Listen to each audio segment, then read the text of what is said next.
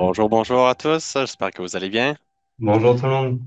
Eh bien, bienvenue à les What's New 2026. Aujourd'hui, on va vous présenter moi et Pierre.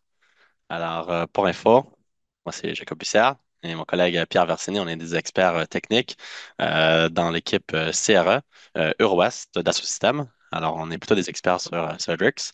Pour vous présenter aujourd'hui ces superbes nouveautés.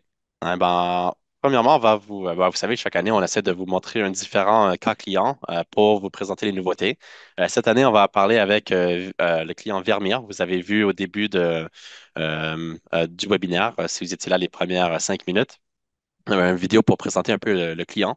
Mais en gros, qu'est-ce qu'on va travailler avec pour ces What's New? C'est un de leurs équipements, de leurs machines qu'ils utilisent chez Vermeer. Et c'est une foreuse directionnelle qui permet en gros de faire des trous dans la terre pour mettre des câbles électriques, etc., sans avoir à vraiment creuser une grosse trench, je veux dire en français. En anglais, j'ai oublié le mot en français, mais bon. Mais tout ça pour dire qu'on a assez de nouveautés à vous présenter sur cette machine. Et au fur de la dernière année, c'est-à-dire de la FD01 2025 jusqu'à la 2026 GA, on a eu 420 nouveautés qui ont été publiées de notre côté. Alors, aujourd'hui, on va un peu les montrer. On va faire, la plupart, c'est des nouveautés 2026, mais on va quand même passer un peu de temps juste pour couvrir ceux de les FD01 jusqu'à FD04, si on trouve qu'ils est assez pertinent, juste pour vous rappeler si vous n'avez pas eu l'opportunité de les voir. Alors, commençons. Et voilà, notre belle machine. Alors encore, c'est une foreuse directionnelle qui permet encore de faire des trous dans la terre. On voit un peu l'équipement ici. Alors, on va faire un focus sur différentes parties de cette machine et on a une belle nomenclature qui est associée pour vous présenter sur les différents chapitres en focusant sur les différents sous-ensembles. Alors maintenant, on va commencer avec les pièces. Alors, commençons directement. Alors, pour les pièces en 2026 GA, ici, on a mis presque tout dans une slide. On va faire ça pour la plupart des sujets. Et on met en surbrillance avec ce carré ou ce rectangle pointillé en vert. Les nouveautés qu'on trouve sont les plus pertinentes. Et c'est sur ceux-là qu'on va vraiment mettre un gros focus. Alors, la première qu'on va vous parler, ça va être de la tôle de base pliée. Après ça, des propriétés des cutlists et finalement de les points de référence. Les autres, on ne va pas en aborder oralement, mais vous pouvez les consulter. Il y a aussi le document de SolidWorks Web Help, l'assistance utilisateur, qui va aussi être à votre disposition pour creuser sur ces différentes fonctionnalités en plus de détails. Mais je l'ai directement dans la première nouveauté que j'ai à vous présenter. Alors, là, on est sur la toile de base pliée. Et cette nouveauté, qu'est-ce qu'on aura avec celle-là? Ça va être la possibilité de, lors qu'on fait une toile de base pliée, en anglais, c'est le base flange, on va avoir la possibilité maintenant de la faire à partir d'un plan ou d'une surface décalée. C'est-à-dire, on pouvait faire ça déjà avec une extrusion normale, quand on faisait de la modélisation. Maintenant, on peut le faire, comme on voit ici, c'est ces options-là, le petit from qu'on voit en anglais. Mais on peut choisir de où on veut faire cette extrusion de cette matière-là, cette tôle de base pliée plutôt. Alors, ça permet d'avoir un meilleur contrôle. Alors, je trouve que c'est une fonctionnalité assez puissante. Hop. Alors, je vais aller sur la prochaine nouveauté, qui est la propriété de la liste de coupe. Alors, c'est les propriétés des cut lists. On en a deux à vous présenter sur la cut list, deux améliorations sur la cut list à vous présenter. La première, c'est celle-ci. En gros, les propriétés qu'on avait sur les items de la cut list, qu'on peut voir à l'écran là, on peut maintenant les mapper sur les propriétés customisées du document du fichier SolidWorks, comme on voit ici.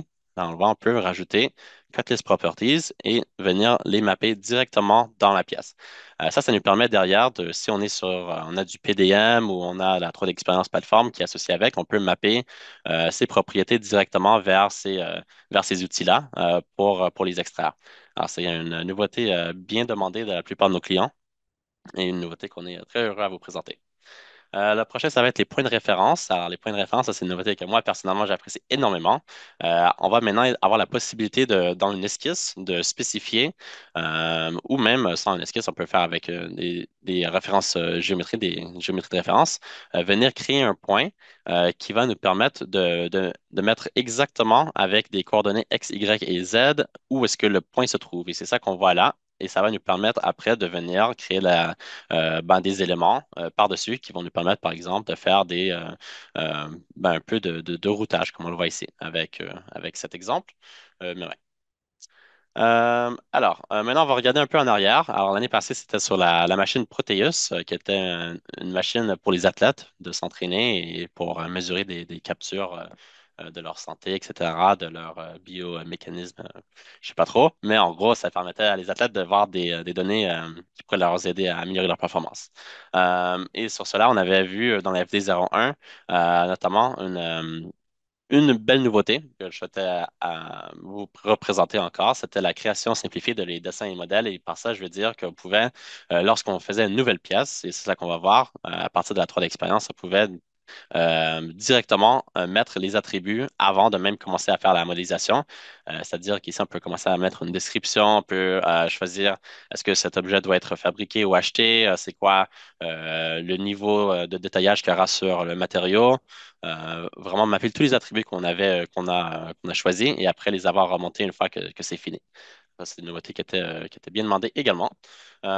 Prochainement, dans la FD02, on a eu cette autre nouveauté que je trouve est assez pertinente également, c'est les esquisses de carrés. Ça, c'est bien utile. Quand on veut faire un carré dans une esquisse, on a juste à appuyer la touche clavier majuscule. Quand on fait un rectangle, là, c'est ça qu'on va faire ici. Je clique ici et là, je tiens sur majuscule et ça va me faire un carré. Alors, la Shift, majuscule, c'est ça qu'on voit. Et là, ça fait le carré. Parfait. Et ça rajoute également les relations d'égalité entre les quatre lignes. OK. Allons maintenant aux assemblages. Alors maintenant, pour vous montrer qu'est-ce qu'il y a de nouveau dans les assemblages en 2026. Alors, deux petites nouveautés sur ce premier slide ici. Premièrement, un indicateur de changement cosmétique que je vais vous présenter bientôt et également une automatisation des fixations. On peut aussi les appeler l'automatisation de les smart fasteners, je dirais parce que le nom il reste un peu pareil en français ou en anglais selon la configuration de SolidWorks. Mais allons dans le premier. Alors, le premier, c'est l'indicateur de changement cosmétique, c'est-à-dire que quand vous faisiez une modification purement cosmétique dans un assemblage, par exemple sur une pièce, là, vous n'aurez pas l'obligation de faire la sauvegarde immédiate. Vous pouvez la sauvegarder uniquement lorsque d'une opération critique, c'est-à-dire la fermeture de l'assemblage, où là, ça va vous proposer de faire la sauvegarde et non lorsque vous avez juste modifié une seule pièce. Alors, c'est juste pour améliorer un peu votre flux de travail en vous permettant de ne pas avoir à faire des sauvegardes s'il y a juste un changement qui a été purement cosmétique, comme on le voit ici, rajouter un petit sticker sur cette pièce-là. Et on n'a toujours pas été proposé de faire la sauvegarde. On le voit en haut sur le nom du fichier de l'assemblage. On a un petit astérique qui nous dit qu'on n'a pas besoin de faire cette sauvegarde pour l'instant. Hop. Alors, prochain, c'est l'automatisation des fixations. Alors, ça va être une fonctionnalité qui utilise de l'IA pour améliorer la façon dont vous allez ramener des pièces de visserie dans votre assemblage. C'est là qu'on va voir. Alors là, je vais juste revenir un tout petit peu en arrière dans le vidéo pour mettre un petit focus. Ici, on voit on tient sur contrôle et on clique et glisse la pièce qui va faire une copie de la pièce. Et on voit qu'on a ce petit icône avec l'astérique qui est apparu avec ce petit truc de composant. C'est-à-dire que cette pièce-là, elle va être capable de se créer des points de référence, des contraintes de référence dans l'assemblage automatiquement grâce à cette nouvelle fonctionnalité qui utilise de l'IA pour reconnaître des composants de visserie et essayer de trouver des contraintes que ça pourrait utiliser. C'est-à-dire que cette pièce-là n'a pas fondamentalement des contraintes de référence, des mate references en anglais. Et ça, c'est ça qu'on montre ici encore. On vient juste prendre une pièce de visserie et là, ça va automatiquement reconnaître que, OK, ça, c'est une pièce de visserie et créer des contraintes automatiquement sans avoir à créer des références de contraintes en préalable. Bien sûr, ça ne va pas marcher avec tous les types de modèles, mais avec des pièces notamment de visserie, là, ça va reconnaître que c'est exactement ça, une pièce de visserie et essayer de les construire. Alors, on va parler maintenant de les nouveautés côté drawings ou les dessins. Tac, tac, tac. Alors, ici, on en a trois nouveautés sur lesquelles on voulait vous présenter. Et encore, là, on a vu pour les assemblages, j'avais juste deux nouveautés que je vous ai présentées. Bien sûr, il y en a beaucoup plus. C'est juste que nous, on a déjà fait le tri en préalable, juste pour mettre les nouveautés que nous, on pensait être les plus pertinentes pour vous. Alors, pardon, sur les sujets de les dessins, la première nouveauté, elle était de la FD01 de 2025 et elle a été améliorée avec la FD03. Et ça, c'est l'autogénération de les mises en plan, de les dessins, qui est encore une autre fonctionnalité qui est basée sur l'IA. Il suffit simplement, ben là, je vais le montrer avec la vidéo, alors je vais peut-être pas l'expliquer directement. Après ça, on a la ligne magnétique pour les annotations, ça c'est nouveau 2026, et les ruptures sur les lignes de code que je vais également montrer en vidéo, qui est également nouveau pour la 2026. Alors, pour la première, pour rappel encore, elle est déjà disponible, celle-là, depuis la FD01 et améliorée avec la FD03 pour générer automatiquement des mises en plan. Alors, voyons voir ce que cela veut dire. On peut présélectionner déjà les composants et même les assemblages qu'on souhaite créer des mises en plan pour. Et c'est là qu'on va voir. Ici, on a une page dans ce panneau à droite qui va apparaître pour montrer le statut de cette génération.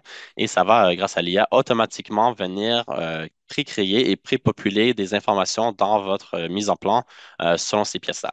Alors, il suffit uniquement d'avoir spécifié en préalable un document, un template, un modèle de mise en plan que vous souhaitez utiliser. Ça, vous pouvez le faire dans les options de SolidWorks, de spécifier cela. Et ça va utiliser cela pour venir créer vos mises en plan derrière. Alors, ça a été entraîné encore, ce modèle, pour pouvoir essayer de voir exactement ce que vous voulez capturer. Après, vous avez déjà juste à revenir dans la mise en plan qui a été générée pour vous et nettoyer. Mais déjà, ça vous simplifie la tâche en rajoutant des éléments qu'on pense sont les plus pertinents. Euh, D'accord. Alors, prochaine nouveauté, ça va être les lignes magnétiques. Alors, ça existait déjà pour les bulles, les petits ballons qu'on voyait là avant. Mais maintenant, on l'a rajouté également pour les annotations. C'est ça qu'on va voir ici, qu'on peut venir créer des lignes aimantées pour nos annotations. Et une fois qu'on les capture, on peut les bouger autour et ça va les mettre dessus. Avant, on ne pouvait pas faire ça, c'était uniquement pour les petits ballons. Et maintenant, on peut le faire pour les annotations également. Alors, une petite amélioration. Et une autre qui était bien demandée, celle-là, je la trouve la plus pertinente pour moi personnellement. C'est pour les mises en plan. On peut maintenant spécifier de faire une petite rupture. Et c'est là qu'on va voir juste ici. On voit sur le 3.2, ça a créé une petite espace entre la cotation de 12.7, de le rayon de 12.7 et la cotation du rayon de 3.2. Et c'est ça que ça fait. Alors avant, on ne l'avait pas comme ça. Et maintenant, une fois qu'on utilise cette nouvelle fonctionnalité-là de la version 2026, ça nous permet d'avoir ces petites lignes de rupture pour que notre mise en plan soit plus claire quand on l'a créée. Et c'est dynamique encore. Alors, une fois qu'on l'a ajouté ou on a activé cette option, on peut les bouger comme on le veut et ça va rajouter cela comme on le souhaite. Hop, et on peut faire un petit update si on rajoute une nouvelle côte pour l'actualiser. Alors, maintenant, je vais passer la main à mon collègue Pierre, qui va vous présenter sur les autres nouveautés. Et je vais revenir avec vous pour un prochain sujet. Oui, merci Jacob. Alors oui, parlons un peu maintenant de la partie rendue. Donc pas mal de nouveautés là-dessus, surtout au niveau des performances. Mais une des principales nouveautés que je voulais vous présenter aujourd'hui est l'intégration de SolidWorks Visualize directement en fait dans l'interface principale de SolidWorks. Donc l'idée ici, ça va être maintenant de permettre la création des rendus directement depuis l'interface principale sans avoir en fait à externaliser vos paramètres et votre assemblage. Donc là maintenant, on va directement avoir un nouvel add-in qui va être ajouté. Vous allez pouvoir venir cliquer sur SolidWorks Visualize directement dans la barre d'outils et lancer votre rendu directement à partir de SolidWorks. Donc ça va permettre voilà, d'avoir quelque chose qui est vachement plus accessible et qui permet de lancer des rendus plus facilement. Ensuite, je voulais aussi vous parler un petit peu de tout ce qui va être interface utilisateur, import et performance globale de SolidWorks. Donc là aussi, c'est un sujet qui est assez large où on a pas mal de nouveautés. Donc, comme pour les autres sujets, on a ici isolé quelques nouveautés importantes. Donc la première dont je voulais vous parler ici, c'est l'importation des fichiers en arrière-plan. Ensuite, on parlera aussi de la partie performance de reconstruction, donc performance de reconstruction sur les assemblages au global au sein de SolidWorks. Donc sur le sujet de l'importation en arrière-plan, on avait déjà on a déjà la possibilité dans SolidWorks de venir importer des fichiers CAO neutres comme des STEP, des STL, etc. L'idée, c'est que ces fichiers, lorsqu'on les importe, ça nous prend du temps. Ça peut, sur des gros fichiers, ça peut prendre de quelques minutes, voire à 1 heure, hein, selon la complexité. Et pendant tout ce temps, on ne peut pas venir travailler sur notre SolidWorks. Donc là, maintenant, ce qui s'est passé, c'est on a ajouté la fonctionnalité en fait d'import en arrière-plan qui va nous permettre en fait de venir traiter tous ces éléments-là de façon transparente en arrière-plan pendant que l'on continue en fait à travailler sur SolidWorks. Donc là, en fait, vous allez avoir une nouvelle file d'attente dans laquelle vous allez pouvoir venir ajouter les fichiers que vous voulez importer. Vous allez pouvoir lancer l'import, continuer à travailler sur votre assemblage, sur votre projet. Et derrière, une fois que les fichiers seront importés, vous aurez simplement une notification qui apparaîtra, pardon, une notification qui apparaîtra et qui vous donnera donc la possibilité derrière de venir ouvrir ces fichiers importés. Voilà, donc c'est une bonne nouveauté, c'est une nouveauté, je pense, qui était pas mal attendue et qui permet quand même de gagner pas mal de temps. La seconde nouveauté ici qu'on a intégrée, enfin la seconde nouveauté, on a fait pas mal aussi d'améliorations au niveau des performances sur les opérations complexes d'assemblage. Donc l'idée ici, c'est de pouvoir gagner en performance au niveau de la reconstruction. Donc là ici, on a un petit exemple avec environ 30% de performance gagnée par rapport à SolidWorks 2025. Voilà, donc ça c'est quelque chose qui touche tout le monde et qui permettra de gagner du temps au global au niveau des performances de la reconstruction. Pardon. Voilà, donc comme le disait Jacob tout à l'heure, l'idée aujourd'hui c'est de vous présenter les nouveautés 2026, mais aussi de revenir sur les grosses nouveautés qu'on a eues en 2025, parce que comme vous le savez maintenant, les nouveautés n'arrivent plus uniquement sur la nouvelle version, mais tout au long de l'année avec les mises à jour continues que l'on fait. Donc à ce niveau-là, je voulais reparler un petit peu de la partie interface utilisateur. Donc on a intégré ici une interface utilisateur simplifiée hein, pour les débutants sur SolidWorks. Donc c'est quelque chose de très important pour permettre de rendre le logiciel accessible. On a aussi une grosse amélioration des performances au niveau de la gestion des grands ensembles. Donc, je vais repasser là-dessus. Et je voulais aussi reparler du mode hors ligne non planifié, qui permet aux utilisateurs connected de travailler en ligne. Donc la première chose, voilà, sur laquelle je voulais revenir ici, c'est cette interface utilisateur simplifiée. Donc ça, c'est quelque chose qui est vraiment important, comme je le disais, hein, pour les nouveaux utilisateurs. Ça va nous permettre ici de venir simplifier l'interface au global en conservant uniquement ici donc les commandes et les informations les plus nécessaires. Donc l'idée, c'est de faciliter un peu la vie d'un utilisateur en réduisant le nombre d'informations et en lui permettant de se concentrer sur les éléments qui l'intéressent le plus. Voilà. Donc ça, c'est une option qui est directement accessible et qui est déjà du coup disponible depuis la FD 02. Ensuite, concernant le mode hors ligne non planifié, voilà. Donc ça, c'est une des grosses nouveautés qu'on a eues cette année sur SolidWorks Connected. Donc pour rappel, un SolidWorks Connected qui change de nom cette année, qui deviendra SolidWorks Augmented. Donc l'idée ici, c'est de permettre, en cas de coupure d'Internet, de déconnexion, de permettre à l'utilisateur de continuer le travail. Donc là, avec SolidWorks Connected qui, lui, va par défaut vouloir enregistrer sur le cloud, sur la 3D Experience, si jamais j'ai une déconnexion durant ma session de travail, je vais simplement ici avoir un pop-up qui va me permettre de venir me déconnecter et continuer mon travail hors ligne en conservant la sauvegarde en local. Donc l'idée, c'est de continuer à pouvoir travailler et derrière, au moment où je vais retrouver ma connexion, de pouvoir mettre à jour le fichier dans le cloud en envoyant simplement les modifications que j'ai fait précédemment. Voilà.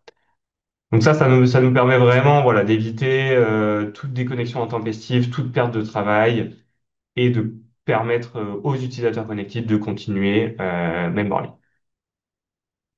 Même chose au niveau du lancement de l'application en elle-même.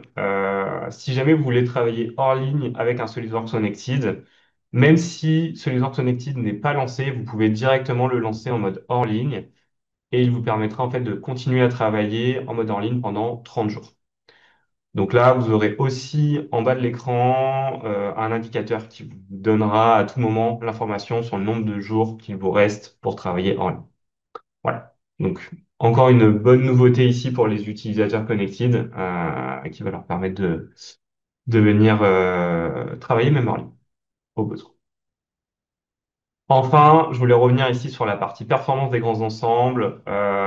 Donc, le enfin, le fonctionnement de Connected va l'amener en fait à venir constamment télécharger de la donnée lorsqu'on travaille avec des grands assemblages. Donc là, l'idée, c'est que lorsque j'ouvre un grand assemblage, je vais venir télécharger l'ensemble des métadonnées pour l'ensemble des pièces qui composent mon assemblage.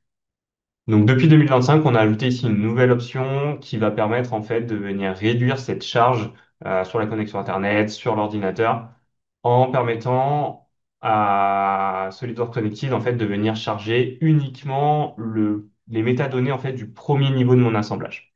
Donc ça va permettre de réduire la charge et ça va aussi me permettre à tout moment de venir récupérer plus d'informations au besoin lorsque je vais ouvrir un sous-ensemble ou un sous-composant ou une pièce.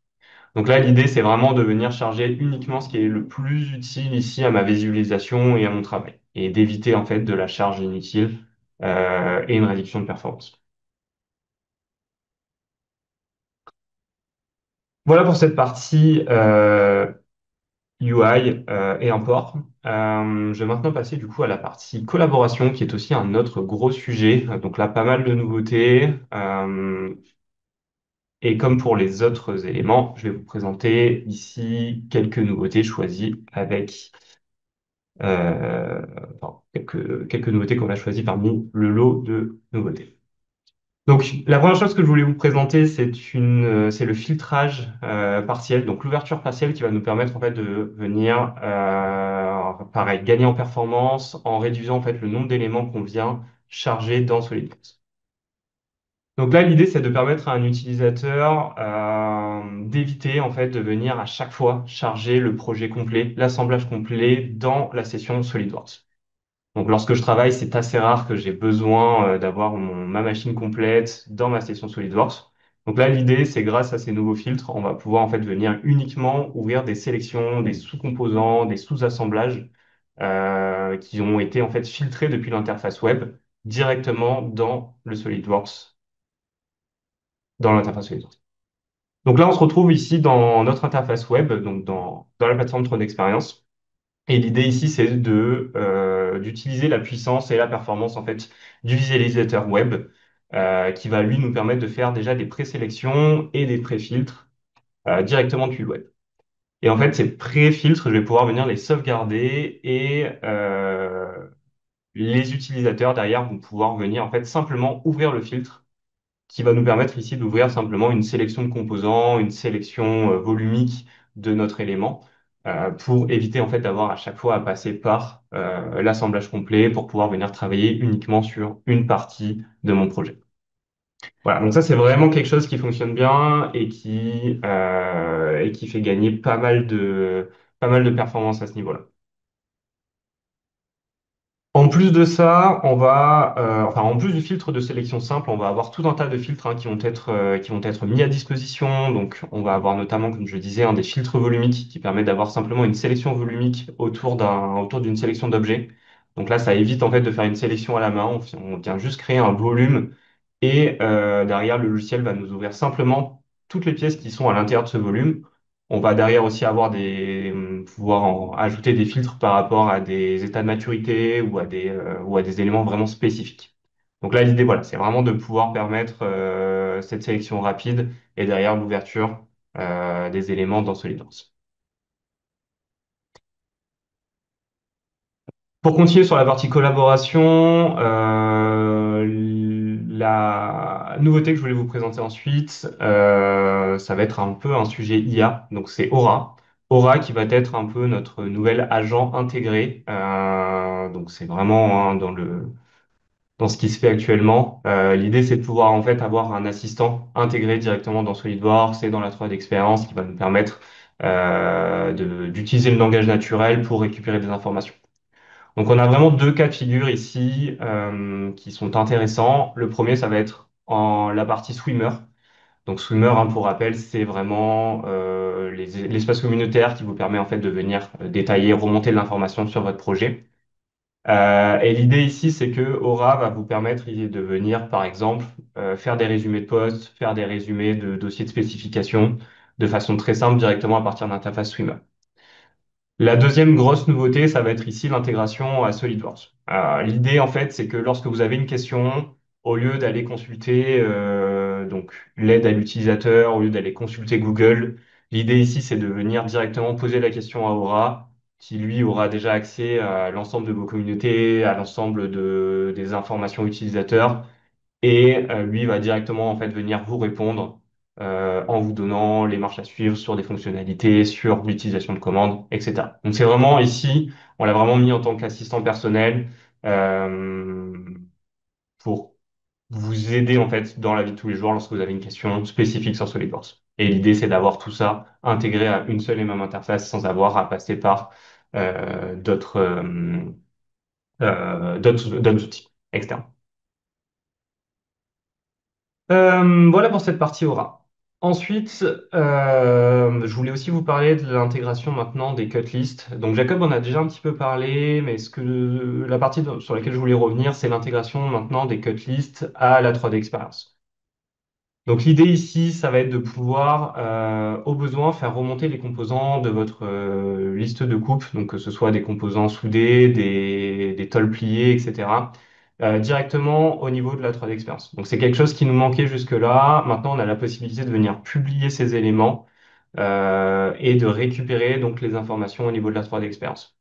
Donc là, l'idée derrière, ça va être de pouvoir venir les intégrer à votre nomenclature BE, à votre nomenclature produit, pour pouvoir récupérer toutes les informations en fait qui sont intégrées à cette cust list. Donc on a cette possibilité de faire remonter les éléments, on a aussi la possibilité de faire remonter les propriétés qui sont associées à ces cut lists et qui vont nous permettre de venir de la même façon enrichir nos nomenclatures. Voilà pour ça. Ensuite, je voulais aussi reparler un petit peu de Swim. Donc, hein, pour rappel, hein, c'est l'outil communautaire que j'ai montré juste avant, qui est intégré à la 3D Experience. On a fait pas mal d'ajouts à ce niveau-là. Donc, jusque-là, on avait la possibilité de créer des posts, de créer des wikis, de créer des idées. Maintenant, on a aussi la possibilité d'intégrer beaucoup plus de choses directement dans les communautés. Donc l'idée ici, c'est ça va vous permettre en fait d'avoir une communauté dédiée à un projet, donc par exemple à votre projet BE, et derrière de pouvoir venir vraiment agglomérer l'ensemble des informations qui sont utiles pour ce projet. Donc là, on va pouvoir notamment ici venir réintégrer tous les outils d'issue, les outils de gestion de projet. Hein, donc pour ceux qui utilisent déjà ces outils-là, c'est vraiment une bonne nouveauté hein, parce que ça permet d'avoir directement intégré sans avoir 17 onglets dans notre dashboard, directement la partie gestion de projet et la visualisation du Gantt au sein de la communauté. Donc pareil, on va avoir aussi derrière l'intégration de tout ce qui va être issue et d'autres éléments. Donc on a vraiment un enrichissement de Swim ici qui va être disponible du coup sur la 2026. Donc ça, ce sont des nouveautés pour la partie cloud, donc pour la partie 3D expérience. Mais on a aussi pas mal de choses pour la partie PDM, hein, donc pour la partie on-premise, pour les utilisateurs qui continuent d'utiliser PDM. Donc voilà, c'est quelque chose qu'on continue à améliorer tous les ans. Donc la première nouveauté que je voulais vous parler au niveau de PDM, c'est le transfert de propriété. Donc le transfert de propriété, ça va permettre ici de venir facilement synchroniser des modifications entre les différentes machines. Donc là, l'idée, c'est que lorsque j'ai un utilisateur qui va venir apporter des modifications, on va avoir en fait une synchronisation qui va être beaucoup plus facile au niveau des machines d'autres utilisateurs. Donc là, en fait, on va directement avoir la possibilité de venir charger ces modifications à partir pardon, à partir du navigateur. Voilà. Donc c'est une bonne nouveauté. Ça permet, je pense que c'était quelque chose qui était pas mal attendu et ça va permettre voilà, de fluidifier un peu le flux de travail à ce niveau-là. Deuxième nouveauté, ça va être ici l'amélioration enfin en fait l'intégration des droits d'accès au dossier. Donc là, l'idée, c'était que précédemment, pour donner accès à un sous-dossier, on devait donner à un utilisateur en fait l'accès à l'ensemble en fait du dossier parent. Donc si j'ai par exemple un dossier projet avec derrière deux sous-dossiers, un pour le bureau d'études, un pour la production, l'idée c'est que si je voulais donner accès au sous-dossier, mon utilisateur avait la visibilité sur l'ensemble des éléments qui venaient ici populer mon dossier parent. Donc là, maintenant, avec cette nouveauté, en fait, on va pouvoir venir de façon précise donner accès aux utilisateurs uniquement à la structure de dossier sans forcément lui donner accès aux contenus qui sont présents dans ces dossiers.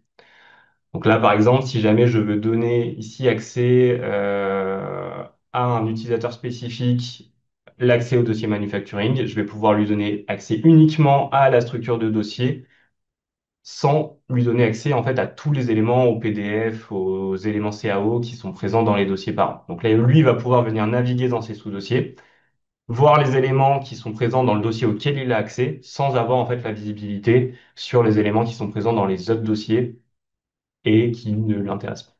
Voilà, donc pareil, hein, une grosse nouveauté qui, je pense, était quand même pas mal attendue au niveau de PDF. Enfin, dernière nouveauté de PDM, on va parler ici de l'archivage des workflows. Donc là, l'idée, c'est simplement de permettre, donc sur la partie admin, de venir archiver des workflows qui ne sont plus utilisés. Donc là, l'idée, c'est vraiment en fait d'éviter d'avoir à venir supprimer des workflows qui sont toujours connectés à des fichiers qui sont quand même encore utilisés sur au sein de l'entreprise. Donc là, en fait, on va pouvoir venir pousser les nouveaux workflows tout en conservant, en fait, simplement pour de la legacy, les workflows archivés. Donc là, on peut les passer en mode archivé. Ils seront toujours désarchivables si jamais on a envie de les réutiliser. Mais ça évite, en fait, ça nous permet, en fait, quand même de les stocker sans avoir à venir les supprimer et à venir casser des flux, etc. Voilà pour cette partie collaboration. Je vais maintenant repasser la main à mon collègue Jacob qui va lui faire la partie électricole et derrière on se retrouvera pour la partie simulation. Oui, merci Pierre. Hop. Est-ce que vous voyez mon écran? C'est bon? Good. OK. On va vous présenter maintenant les nouveautés côté electrical. Alors, on va focaliser sur ce petit sous-ensemble ici. Hop, si j'avance. Ça. On a regroupé ici la plupart des nouveautés. Je peux faire encore un filtre sur cela. Il y a énormément de nouveautés côté électrical. J'ai essayé de les trier. Et sur ce tri que j'ai fait, j'ai sélectionné la fonctionnalité que je trouvais être la plus pertinente, qui va être les tableaux de connexion électrique qui ont été améliorés, surtout pour le routage. Je vais aller vous montrer ça directement dans ces tables de connexion. Alors, lorsqu'on fait la mise à plat de l'harnais côté 3D, alors ça c'est dans Electrical 3D, et là, la prochaine nouveauté ou dans les prochains slides, je vais vous montrer quelque chose, un nouveau rôle qui est très pertinent. Mais en gros, pour cette nouveauté-là, on est capable dans cette mise en plan, être capable de rajouter des propriétés qui sont paramétrées pour afficher sur ces tables de connexion. Alors, c'est ça qu'on va voir ici. Et après, on peut bien sûr les pousser envers notre schéma électrique que je trouve est une nouveauté bien pertinente. Et ici, on a vu qu'on a rajouté le connected, le connecteur, de la pièce à connecter à la pièce qui est le connecteur. OK. Euh, D'autres nouveautés également sur la gestion des câbles, capable de masquer les classes du système, mettre à jour et remplacer les données du projet, et également une amélioration qui a été faite sur les serveurs collaboratifs, notamment sur les bases SQL, euh, pour la version desktop. Maintenant, je vais parler de ces autres nouveautés que je trouve sont également super pertinentes. La première, c'est la gestion qui est améliorée de la bibliothèque avec la 3D Experience. Alors, il y a la possibilité de stocker les éléments sur la plateforme. Et également, la plus grosse nouveauté que je trouve 2026 côté SolidWorks, c'est le nouveau rôle qui a été rajouté, SolidWorks Electrical 3D Augmented, qui va venir, qui est un add-in en gros pour SolidWorks Augmented, qui est, pour rappel, on a changé le nom de SolidWorks Connected à SolidWorks Augmented. Alors maintenant, on a la possibilité de faire l'électrical 3D dans SolidWorks Augmented, qui nous permet de travailler avec l'électrical schématique designer qui existait déjà, qui était la partie 2D qui était connectée à la plateforme. Maintenant, on peut faire le 3D connecté à la plateforme. Mais bon, je vais vous montrer ça dans les vidéos. Alors, premier, c'est les bibliothèques électriques qui sont sur le cloud. Alors, regardons ça tout de suite. Alors, ici, on peut enregistrer facilement des bibliothèques qu'on a. On peut choisir les bibliothèques qu'on souhaite sauvegarder. Alors, pour rappel, on a toutes ces différentes bibliothèques on peut créer dans Electrical Schematic et on peut sélectionner directement l'espace de collaboration dont on veut stocker ces données dedans et notamment les bonnes pratiques quand on travaille avec, avec la plateforme et l'Electrical Schematic, c'est d'avoir un espace de collaboration dédié à votre travail sur Electrical. Alors ici, on va venir faire une sauvegarde de la bibliothèque directement dans la plateforme qui va nous permettre de stocker tous ces composants, tous ces symboles, toutes ces informations directement dans la plateforme et qui va permettre également, c'est là qu'on vient sur le sujet de la collaboration, un autre utilisateur. Ici, on est sur un autre utilisateur qui vient regarder, qui a accès à cet espace de collaboration, qui vient télécharger toute cette liste, cette bibliothèque et il peut spécifier s'il veut que ça fait un overwrite, que ça vient écrire par-dessus ces données locales pour écraser ces données locales et prendre eux qui sont les plus à jour. Et c'est ça qu'on peut venir faire et on peut venir recharger également les bibliothèques avec un clic, comme ça. Et ça va venir nous donner une description de si le statut a bien été effectué de cette mise à jour. Alors, ça, c'est une nouveauté qui était bien attendue pour l'utilisateur de Electrical Schematic connecté à la plateforme. Et maintenant, pour le nouveau rôle qui est Electrical 3D Augmented. Alors, maintenant, ça va nous permettre de venir, on va essayer le rôle, on peut le lancer, ça va ouvrir notre SolidWorks Augmented. C'est ça montre Connected parce que c'était le ancien vidéo, mais le nommage a été changé encore, c'est du Augmented. Et on a, qu'est-ce qu'on retrouve, c'est du Electro 3D qui nous permet d'avoir la communication entre nos projets électriques. On peut avoir notre projet électrique qui est ouvert, ici on le voit à droite pour cette machine-là. Qui est ouvert d'un côté sur l'Electrical 3D et qui peut être également ouvert de l'autre côté sur du Electrical 2D pour travailler en parallèle entre le bureau mécanique et le bureau des électriciens. Mais on voit également les composants qu'on retrouvait dans l'électrical schématique. Ben là, on les retrouve également côté SolidWorks pour permettre à que ce soit le bureau mécanique qui est en charge de faire le routage pour avoir le calcul pardon, de tous les câbles, leur longueur, etc. Et de remonter ces informations directement sur le côté électrical schématique. Et également, ça nous permet de faire des nomenclatures unifiées entre le bureau électrique et le bureau mécanique pour avoir ces nomenclatures unifiées, que je trouve est la nouveauté la plus pertinente.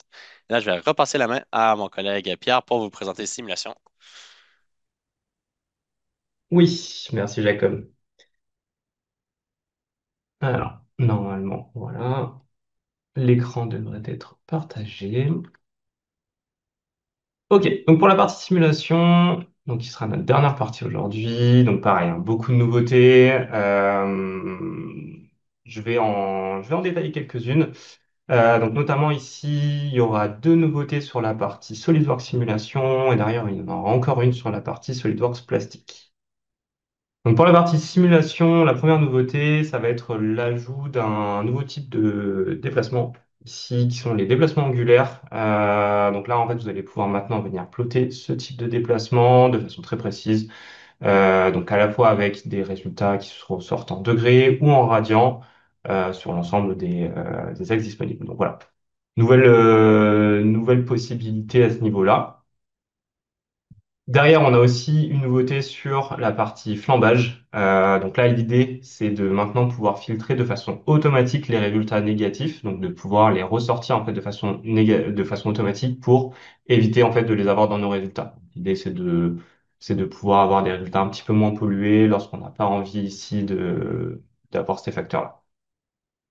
Voilà, donc ça va être fait par défaut à partir de maintenant, mais vous avez toujours en fait l'option de pouvoir venir les conserver derrière.